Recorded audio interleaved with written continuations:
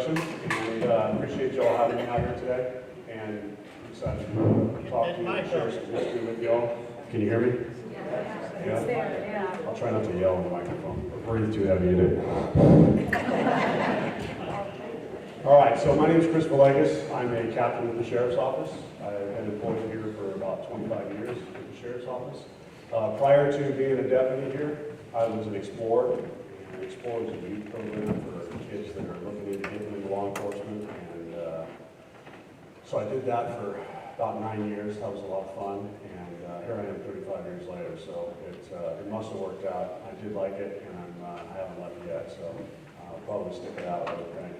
There's some people out there in the crowd that were in the Sheriff's Office when I was out there. There's quite a few familiar faces, so it's nice to see everybody again. So when we moved into our new facility out here, our brand new buildings up on Jeff Trouble Drive, we have this. You have to hold it up a little bit. Oh, sorry. That's right. I can hear myself. So. We have some beautiful building up there, and in the middle of it, we have this place that's called the Employee Commons, which is kind of an area where we can all sit and eat lunch and talk about each other, segregated tables and stuff. So, but in the middle of it, there's a couple of big glass display cabinets. So when we first moved up there, I asked our administration at the time if I could be the official historian of the department, and I've always been interested in the history of the department, and I've always collected artifacts from the department. I brought some of them with me today and to share with all of you. And I wanted to be able to share it with all of them. So from there on out, I kind of started making some displays on the cabinets and writing some stories. And I was able to talk to some cool folks out there here in the county and get some cool stories. So it's been a lot of fun, and I got to hear a lot of stories tonight. And hopefully I'll make some contacts and get some new stories for the future. So tonight, what I did was I made a little presentation here about Sheriff Leach. It's only about 4 hours long, so I should be out here by probably midnight, so I served some coffee and stuff later on. And then I brought a little bit of a display here. Most of that is all stuff that was either used in the Leach era or Leach had something to do with. There's some cool posters and some newspaper articles, and so check that out if you haven't already. I saw people looking at it, so I really like being able to share that kind of stuff with everybody. I was a big fan of Sheriff Leach and the things that he did. He really brought our sheriff's office in our county into new times with a lot of new technology and a lot of new ideas. So he was really the one that the driving force behind that. So I was able to meet him a couple times.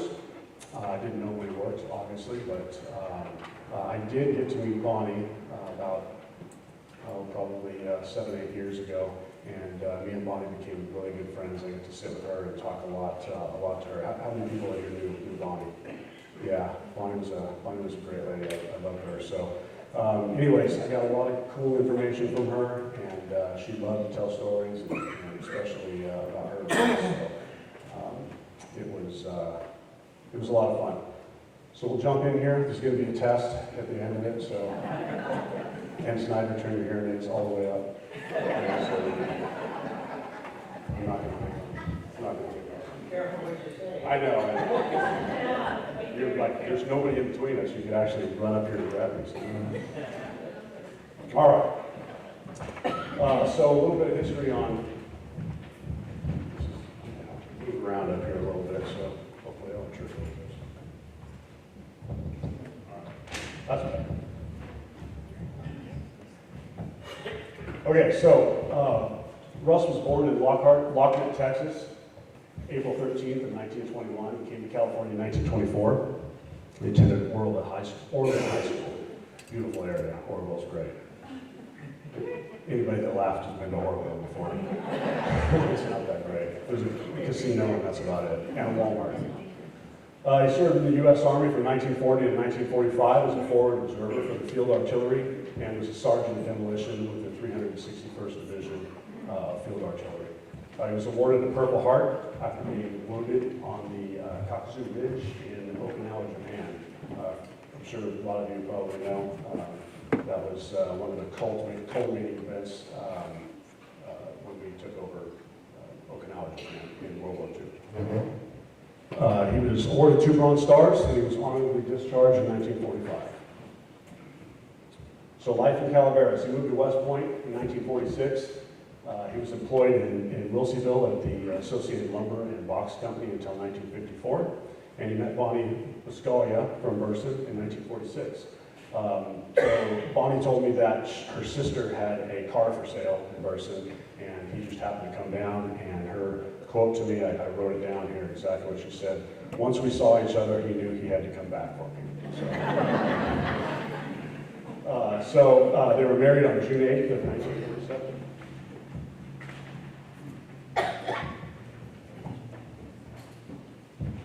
So he was appointed as Calaveras Constable and stationed in West Point in 1950 when Clarence Kenyon resigned. During this time in West Point, it was a pretty rough area, more rough than it is in recent history. But there was a lot of lumber mills up there. There was a lot of electrical work going on, and a lot of mining. So they seemed to have a lot of testosterone in the area, probably. And I was told it was a pretty rough area up there to work in and to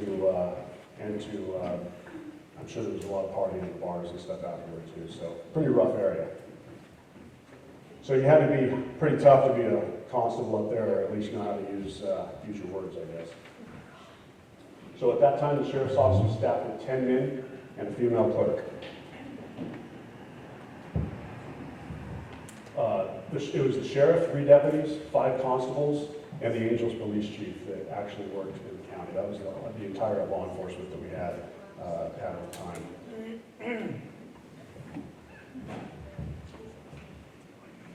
So West Point had a small jail, had 2 little cells, and basically it was just used for drunken publics and just some minor fighting and that kind of stuff. I do remember Bonnie telling me some stories about how they would lock people up and forget about them and go home for the weekend. And shit like that. Pretty interesting. They forgot that they had anybody. Forgot they had anybody in there. So, in 1954, Russ campaigned and won West Point constable. He resigned as West Point constable in January of 1956 and was sworn in as a deputy sheriff by Sheriff Lester McFall at the time.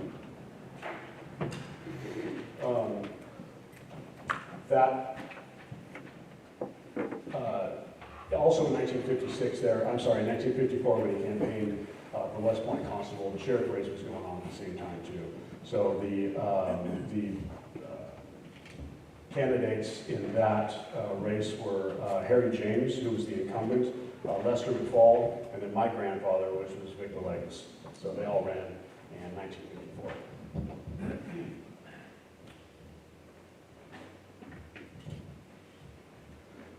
So in 1956, the sheriff's office had 4 sworn.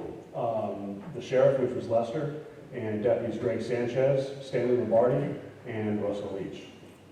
The female clerk, her name was Jane Finch. A couple people know her. Me and Louise had a conversation about her earlier.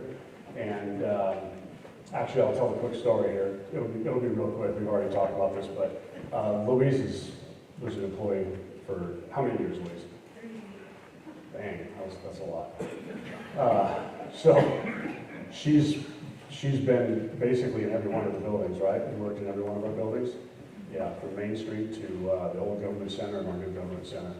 So when she was working dispatch in our new government center right now, our new building, we got to talk about, I think we were probably talking about me getting in touch with Bonnie. And so the conversation came up about Jane. And Louise said, oh, you know what, I've got something, because she was about ready to retire, and Louise was, and she pulled out a pair of scissors, and she told me that those scissors were Jane's back in the old office here, and she's taken them every single place, and Louise didn't know what to do with them, and she was afraid that they would just get thrown away. So anyways, they sit in my desk now, and I cut random origami or something, I don't know. But anyways, they're being used in my desk, and I'll pass them down to somebody at some point, I guess.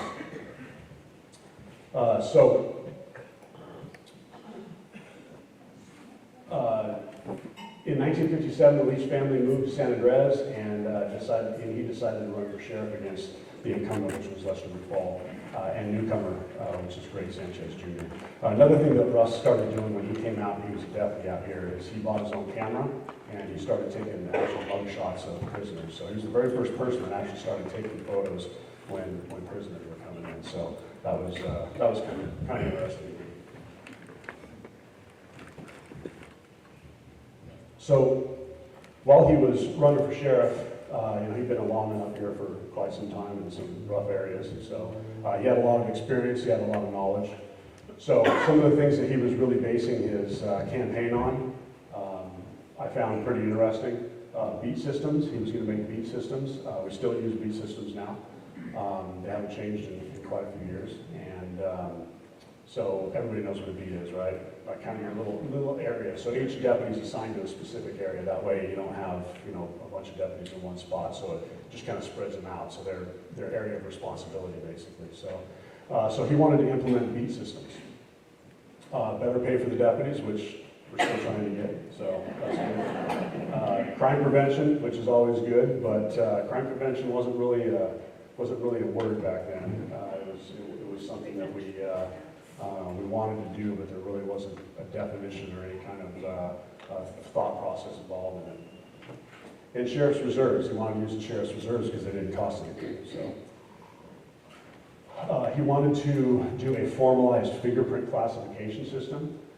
Some of the bigger agencies had that, but we never had that. So people would come in, they didn't have their picture taken, they didn't get the fingerprints taken, and they'd be out the door. Especially if you were in West Point, in the little jail cell you got stuck in. So in addition, he wanted to come up with a mugshot system, formalized mugshot system. Moving around too much here. And he wanted to focus on juvenile crime.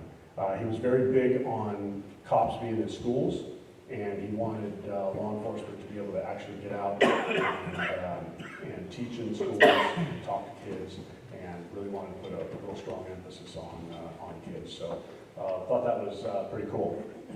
So at this time, the county had 5 constables, 6 CHP officers, 3 Angels Camp police officers, 4 deputies, not including himself.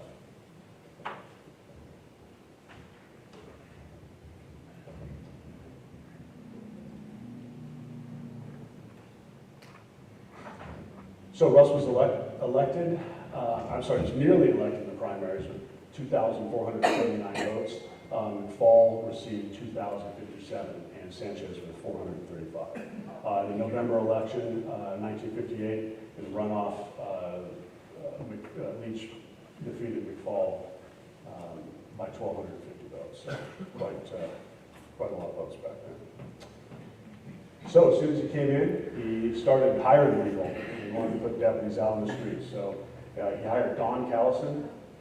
He was appointed as his undersheriff. Callison was 25 years old. He was a Bret Hart High School student. Not a student, he was a former student. He was a Bret Hart High School alumni. He was also a retired U.S. Marine Corps sergeant. Earl Cole, he's a deputy. Cole was 41 years old. He was a retired Navy chief, and he was also police at the University of California, and he also worked in Livermore at the lab down there. The energy station, actually. And then there was Joseph Spinelli. Hired him as a deputy. Spinelli was 27 years old. He was very well known. He was the Angels Camp Police Chief at the time. And he was a prior constable in Lodi, and he was retired from the United States Air Force. So with Russ being in the United States Army, he was very vocal about how he had somebody from every single branch that represented the sheriff's office. And then in addition to that, he hired back a female clerk, which was Jane Fitch. So Jane stuck with him until retirement. She had already been an employee for a couple different times here in the county.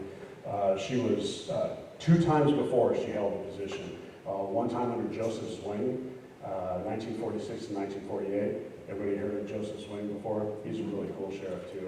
He was one of my favorite to learn about. So one of these days, 10 years or so, I'll have to come back and talk to you guys about that again. And then Harry James from 1952 to 1955. She was also a prior San Joaquin County probation, and she actually worked in the Amarillo Sheriff's Office as well. So she came back with Russ, and she didn't retire until 20 years later. So the first couple things he implemented, which were big for this county, first time this has ever happened, deputies started going to the police academy. So we've never had formal training ever up till now.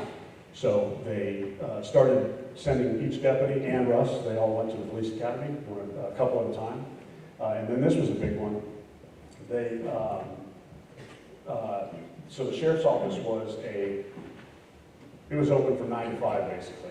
And if you ended up having something happen in the middle of the night, you would call the operator, and the operator would call Russ Leach at home, and then Russ Leach would come out and respond to calls, or you would have somebody respond to calls. So we weren't a 24-hour sheriff's office. So in 1959, Leach assigned Constable Art Williams as the first nighttime law enforcement officer in Calaveras County. So he worked from the time we closed until the time we opened. And since then, we've been 24 hours. So 1959, in case you guys are ever on the Millionaire Show or Jeopardy, I'll be your lifeline. We're splitting it though, but I'll be your lifeline. So the other big thing he did was he implemented departmental uniforms. So prior to this, a lot of the deputies, they all had a uniform type clothing. However, when Russ came in, and we did have a shoulder patch, but it was never really used prior to Leach. So when Leach came along, we went to the green wool pants, the tan shirt, the duty belt, a badge, various badges, and our department patch. In addition to that, you can see they wear like the Class A green jacket and a cap. His jacket is over there, it belongs to the museum, and a cap over there too, so you should check those out. But super uncomfortable to wear. So are the pants, wool, and not real fun walking around Frogtown. So the other thing he started was started buying patrol cars. So I'm going to kind of flip back and forth here in a couple of minutes talking about patrol cars and some of the events around them. But the very first patrol cars that were bought by the county and that were outfitted and marked came along right about here. There were some other cars.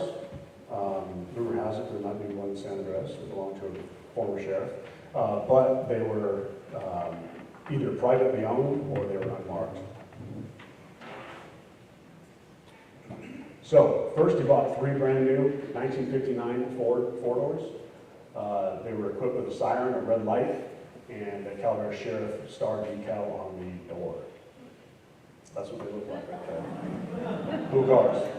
I got some photos in there that Bonnie, actually that exact photo, most of these photos are in my display over there. That was taken right outside the old office here on Main Street.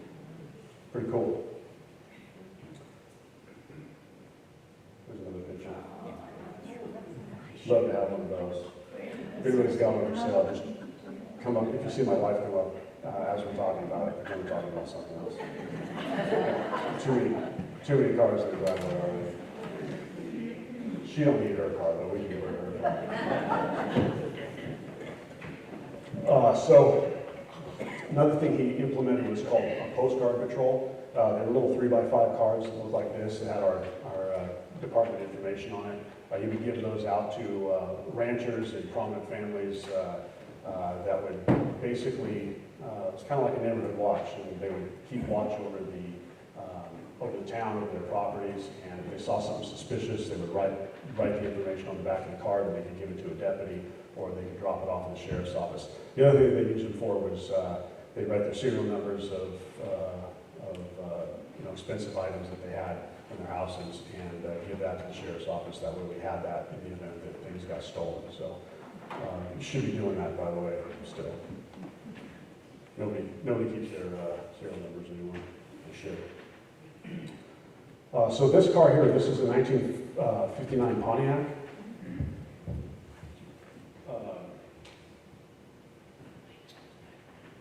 And this was owned by Lester McFall. When he was sheriff, that's what he drove. So you can kind of see, it's kind of a dark photo, but it is marked. There is a door star on the side. I got a better picture of it here in a couple minutes. it. So that was technically the first marked patrol vehicle that we had, but it was privately owned.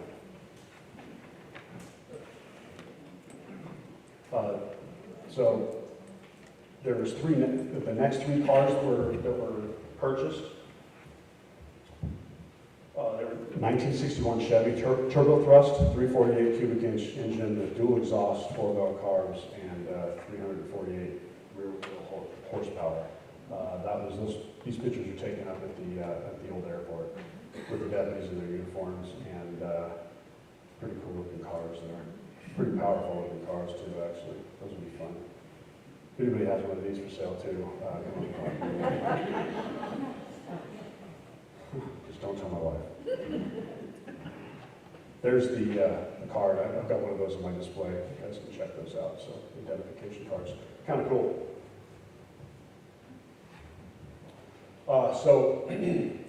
And this is where I'm going to go back for a second. I tried to figure out where I was going to put this in there, but so when Lester McFall and my grandfather ran for sheriff against each other, they were friends, and at least they said they were friends. Elections do weird things to people, but anyways, they were friends, and Lester McFall won, and Lester McFall would come by all the time and come by to the house over in Camp Passaic where my grandparents lived. And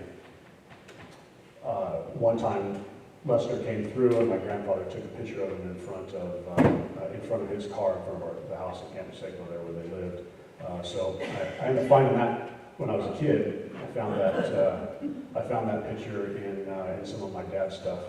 Like I was looking for money or something for candy, and I found that instead. But it's a picture of Lester there with his badge and gun and what his uniform was at the time.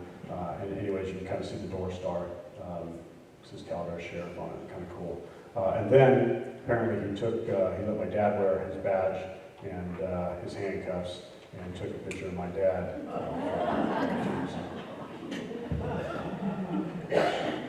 I think I took that. I told my dad, "Hey, Dad, I'm going to keep this," and I've had it ever since. But that's private possession of mine.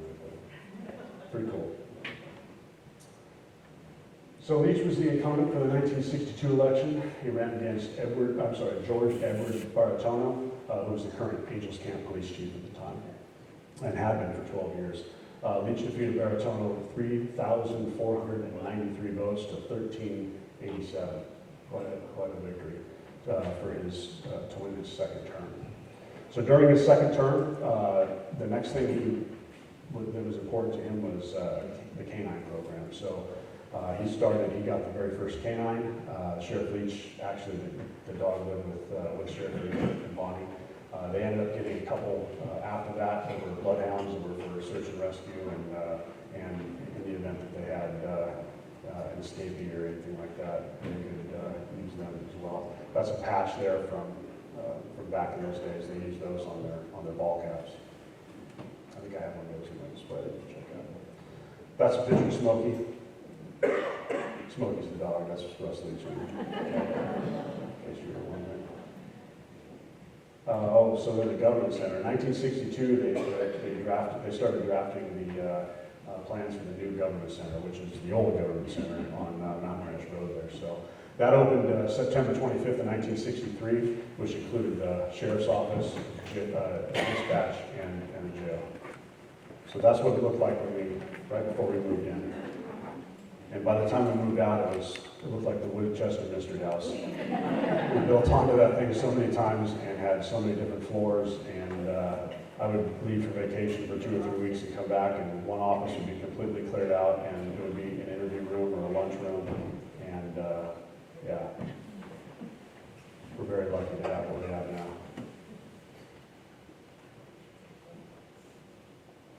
So that's inside the jail lobby.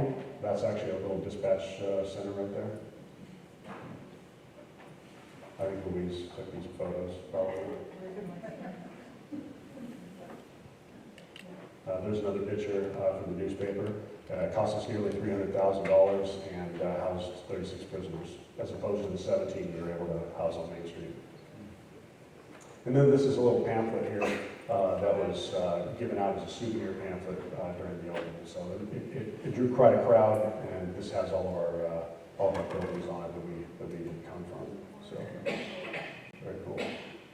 And then the sheriff posse, that was another big thing. So Russ Leach didn't start the sheriff posse, that actually started with Lester McFall. However, it really started getting used to its fullest potential with Russell Leach, as most things did. So, so Russ started sending the posse members to formalized trainings, search and rescue trainings and that sort of thing, tracking, and they were able to track people and find people on horseback, on foot, and also from the air.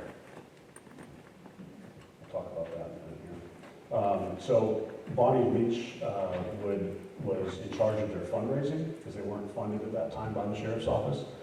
So Bonnie would go out and do rodeos and horse shows out at the fairgrounds, and it became very popular. It was a very big moneymaker, and she told me that it got so big that they outgrew the fairgrounds at the time, and then they just stopped doing it. So, kind of crazy. But they did earn enough money to buy a helicopter for the sheriff's office. So the sheriff's office actually had a helicopter that they used for the sheriff's posse, and they stored it at the airport. So she did have some pictures of that, and I failed to get those, but pretty cool. That's a little picture of our posse there, and I kind of spoiled the surprise for anybody that looked at the stuff there. But my favorite picture that Bonnie gave me was a picture of our sheriff's posse. They had our flag. It was Russ Leach and another gentleman, and they were riding in the Clement Stampede, which they did quite a bit. And so that was it right here, and they were running with Ronald Reagan. So that was a cool picture. I really like that picture. That's hanging in my office at home and at work.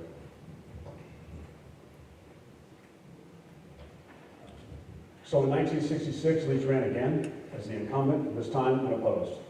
So, guess who won? That was an easy one for him, probably. Boats, that was another big thing too. So we didn't have a boat patrol back then. We got plenty of legs, but no boat patrol. So in May of 1966, we ended up purchasing 2 boats. One was a patrol boat, basically, and then the other one was a dive boat. So this is the patrol boat. We probably got rid of that a year or 2 ago. But that's what I was standing out there. I believe that's, it looks like a Hogan. So we also got dive equipment for the dive team. So the Calaveras cement plant ended up donating a bunch of dive equipment to us. They were one of the largest employers in the county, so we got that. So that's a newspaper article with a picture of the dive suit. I'm not quite sure I'd wear that, but it was called the Aqua Lung. Maybe that's where they got Aquaman, because he looks kind of like a superhero. But it's the suit, and then there's all kinds of other apparatus that everyone else is holding around him. So I guess that all ran the suit. I don't know what it was. So, and then Sheriff Leach looking pretty cool standing there.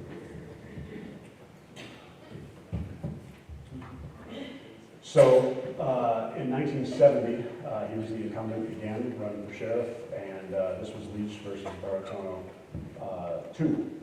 So he defeated him again by a large margin, 36-28 to 1932. By this time, Leach had been sheriff for 12 years and was a member of the Oddfellows Lodge, Sheriff's Posse, Mountain Ranch Riders, Angels Camp Saddle Club, San Andres Lions, 49er Boy Scout Council, California State Sheriff's Association, California State Peace Officers Association, National Sheriff's Association, and Calaveras County Chamber of Commerce. So he's plugged into quite a few things. And then this little thing here, Bonnie gave me one of these. It's like a little garbage bag for to hang in your car, like either on your mirror or on your biker. It's kind of interesting. So I thought that was kind of cool. So some new projects and some of the things that he was accomplishing. Education was very important to Russ. He wanted people to be educated. He wanted people to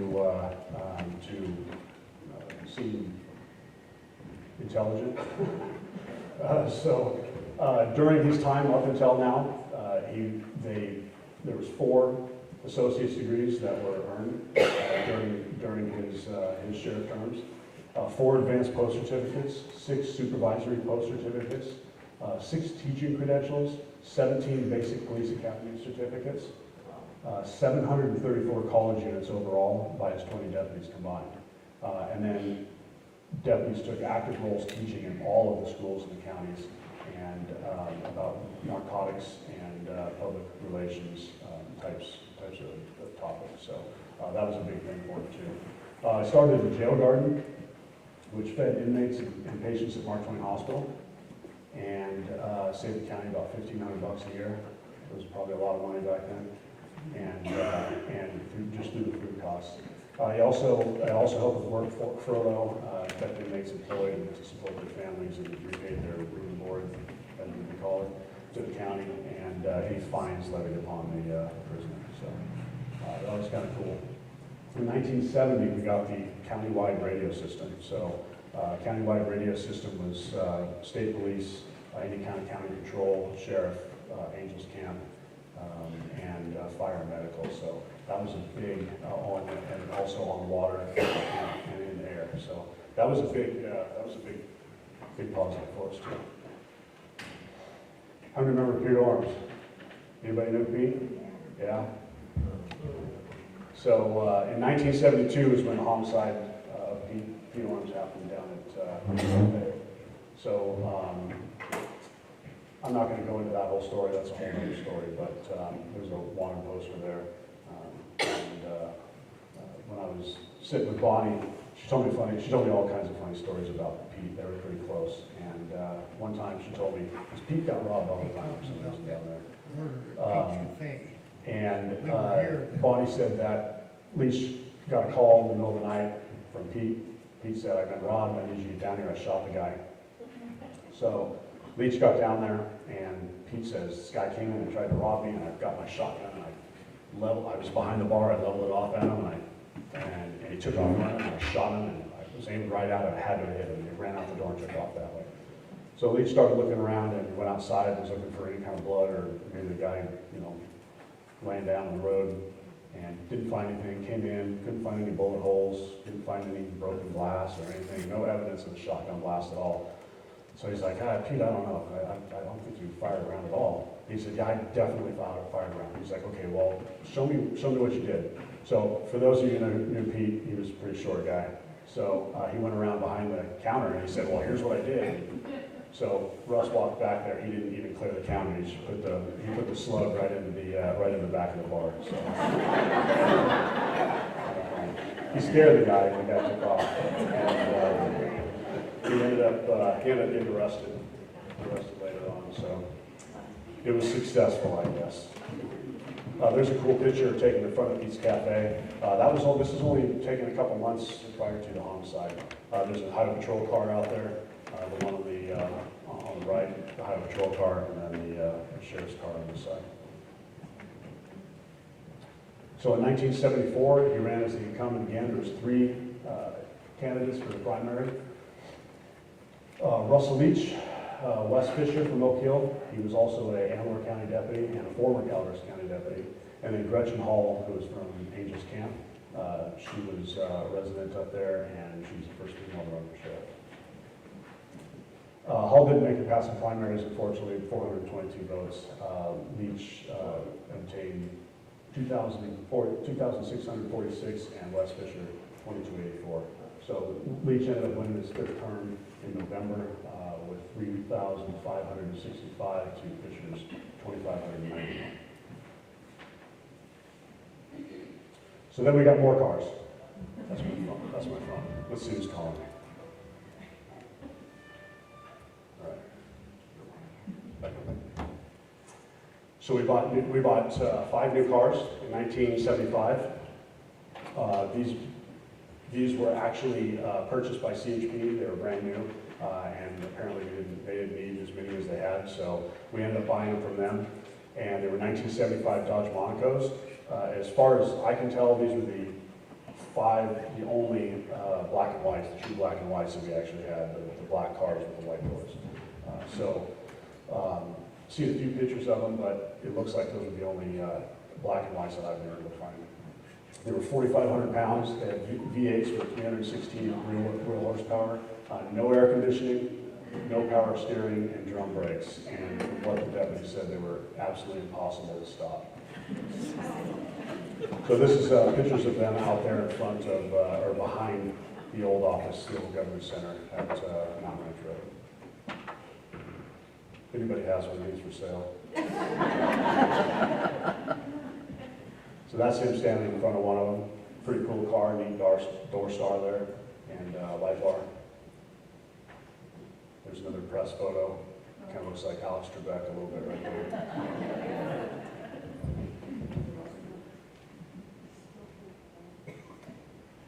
Right. And then his retirement. Got my cue cards out of order there. So he retired in 1978 after 20 years of service. He was the third longest sheriff. Ben Thorne was the first, 1867 to 1873, and then again from 1877 to 1902. That was number one. The number two was Joseph Zwing, and he was 1922 to 1950. So Russ was laid to rest on March 8th of 2005 in Campo, and that's where Bonnie's at too. So they're together there. Before I close up here, I did want to tell a fun story about Bonnie. So during this whole time that I was doing the story, I was going out and talking to Bonnie and getting information from her and coming back and writing some stuff, and I had questions and go back and forth and back and forth. So she didn't want to talk on the phone. She wanted me to come up, so I go up and sit with her. So we became pretty good friends, and so probably a good year or two after I put my little story out to the department, and I was done with all that, I'd still check in with her once in a while. She ended up over at Avalon for a little bit, and she was going through some treatments there. And I was on patrol at the time. I was on nighttime patrol, and I came in and logged into my computer on my patrol car on my way to work, and just started for the night. And there was a call on the board from Bonnie at Avalon. It was actually from the nurses at Avalon, stating that Bonnie told them to call the sheriff's department because she needed to ride home and she needed to get her makeup and some other stuff. She'd been there for a couple months, and she needed to go home, and she didn't want anybody to go get her stuff for her. She wanted to go home, and she wanted the sheriff's department. She wanted me to take her. So she called the sheriff's department. Sheriff's department said, "Yeah, we don't do that. Sorry, we don't do that." So she called the nurses and told the nurses, "Call him. He will come up here. You call him, he'll come up here." And they're like, "He's not going to do that, but we'll call the sheriff's department." So they called him. So the dispatchers put the call on the board, and I logged in and I saw it. And I'm like, so I went to Avalon, and I pulled up right there in front, and the nurses, I saw them looking out the door, and they're like, "What the heck?" So I walked in, and I was like, "Hey, is Bonnie here?" And they were all just kind of standing there, and I heard Bonnie yell, "I told you he was going to come for me." She came wheeling down the hallway in her wheelchair. And so anyways, long story short, I told her she was going to go in the back seat. She got mad at me. So I cleaned up the front seat. I took her home. I thought, man, gosh, she falls or something, so I don't want to be in trouble. But luckily she didn't. And she got her stuff, and I took her back. And yeah, so hopefully we don't have a bunch more calls now tonight from Avalon. Anyways, that was a fun little story about Bonnie. She was a neat lady. So, anyways, that was it. That's all I have for you tonight. I appreciate you all having me, and maybe someday I'll come back and I'll be invited back and hopefully tell another story or two. Some of them are true actually. So, a lot of stuff in there. It's all true as far as I know. So, anyways, thank you all.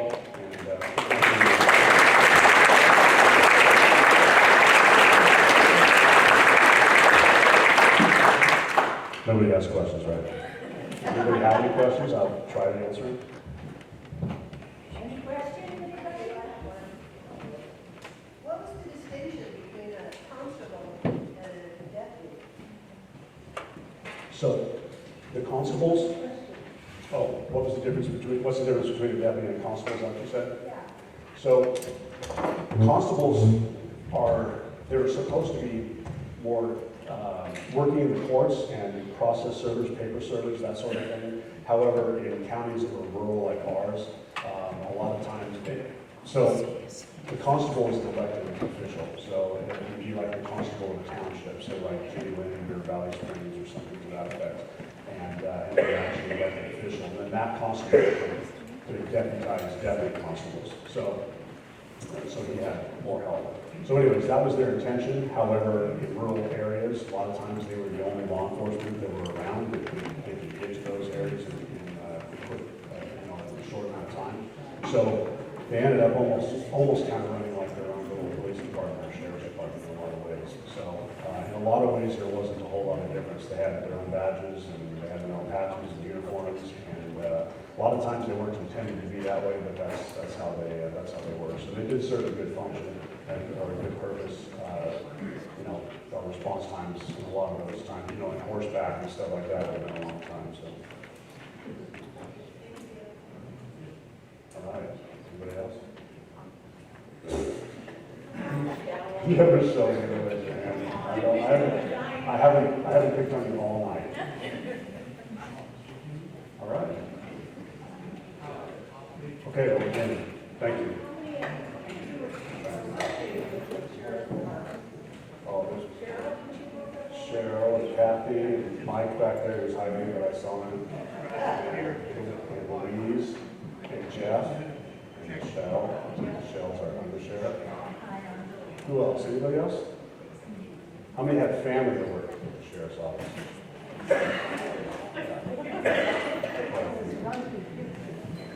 My wife and my daughter. All right. Well, I guess that's it. Thank you for having me. Appreciate it.